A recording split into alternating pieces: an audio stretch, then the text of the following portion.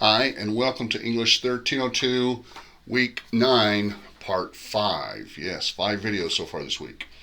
I want to talk to you a little bit more about the R3 research paper. As you notice from the assignment sheet, there are two parts. There's the outline and then the final draft.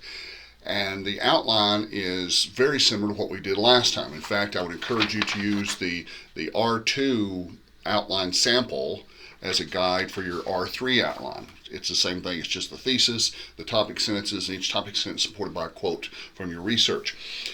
Now, let's talk a little bit about the research. Okay, so you'll want to go online, and I encourage you to use a search engine specifically designed for academic research. A good one that I like is called Google Scholar, and if you use Google Scholar, it'll tell you everything you need to know about a source before you even pull it open. Okay, it'll give you the author's name, it'll give you the date of publication, it'll tell you how long it is, it'll give you the number of citations it has, and that's all stuff you need to take into consideration, because a big aspect of this assignment is source evaluation. It's sifting through all the sources out there and just picking the best 3 sources. And please don't have 2, don't have 4, just 3 sources because of the length of the paper. Now, so you're going to pick 3 sources based on authority, depth, citation, and timeliness. You want something fairly recent. And it's got to talk about some aspect of higher education.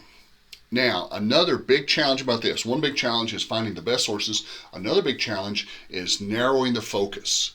You really have to zoom in to one specific aspect because you're going to want to explain it completely in just 2 to 4 pages. So whatever aspect of higher education you talk about has to be fairly narrow. Keep in mind this. First of all, we're talking about higher education in the United States. So not Europe, not Africa, not India or China, just the United States higher education. Secondly, you're talking about one specific aspect, and it can be literally any aspect except financial aid or cost or tuition or athletics. You also want to omit any talk of trade schools or proprietary schools. Now, both of those are valid post-secondary institutions. Okay, I've got a lot of friends who've gone to trade schools. I know a couple who've gone to proprietary schools, and that's great if that's a fit for you. But that's not our topic here. Our topic is about traditional U.S. higher education. Harvard, Yale, Princeton, University of Wisconsin, University of Hawaii, Texas Tech, LCU, Wayland Baptist, colleges and universities like that. So you want to pick one specific aspect. I've read some good papers over this topic that talked about the history of higher education, and you can zoom in even more than that and talk just about the history of private colleges in the United States or the history of community colleges in the United States. You can talk about the organization of colleges. You know, U.S. higher ed is unique. Not only in the world, but also in our culture. A lot of people want to look at colleges and say, well, they're very similar to businesses. In some ways they are, but in other ways they really aren't. In businesses, you have a boss or a director or a manager who controls everything, and everybody below him does what he says, or they get replaced. Colleges and universities are made up of a group of professionals under the guardianship or the guiding of an administrator, and it's way different than most U.S. businesses. So kind of keep that in mind as you're working. I do encourage you to ask when you have questions about how colleges and universities work. But you could talk about the history of higher education. You can talk about the organization of higher education, the hierarchy, how that works. You can talk about the evolution, how they've evolved over the years. You know, you started off with colleges, and then we developed these things called universities, and then we developed these things called systems. Texas Tech and a lot of other universities are no longer universities. They're really now systems, which means you've got several universities under the same flagship.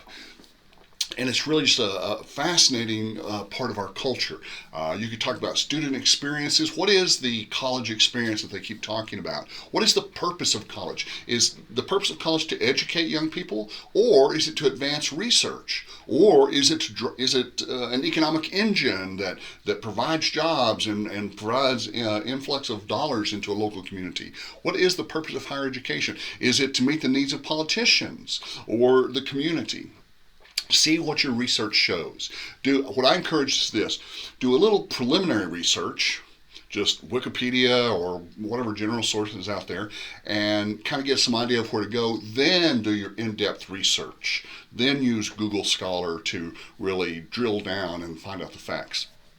And of course, remember, whatever aspect you pick, you're going to have to fully explain it with examples supported by quotes in just 2 to 4 pages. So it has to be fairly restricted. If you have any questions, Mr. Fly, is this narrow enough? Please drop me an email, jfly@southplainscollege.edu, and I'll be happy to say, yes, that's spot on, or how about we restrict it more like this or like that. If you want some ideas, if you want some general directions, let me know. I'm happy to help. Have a good weekend, and we'll be back next week.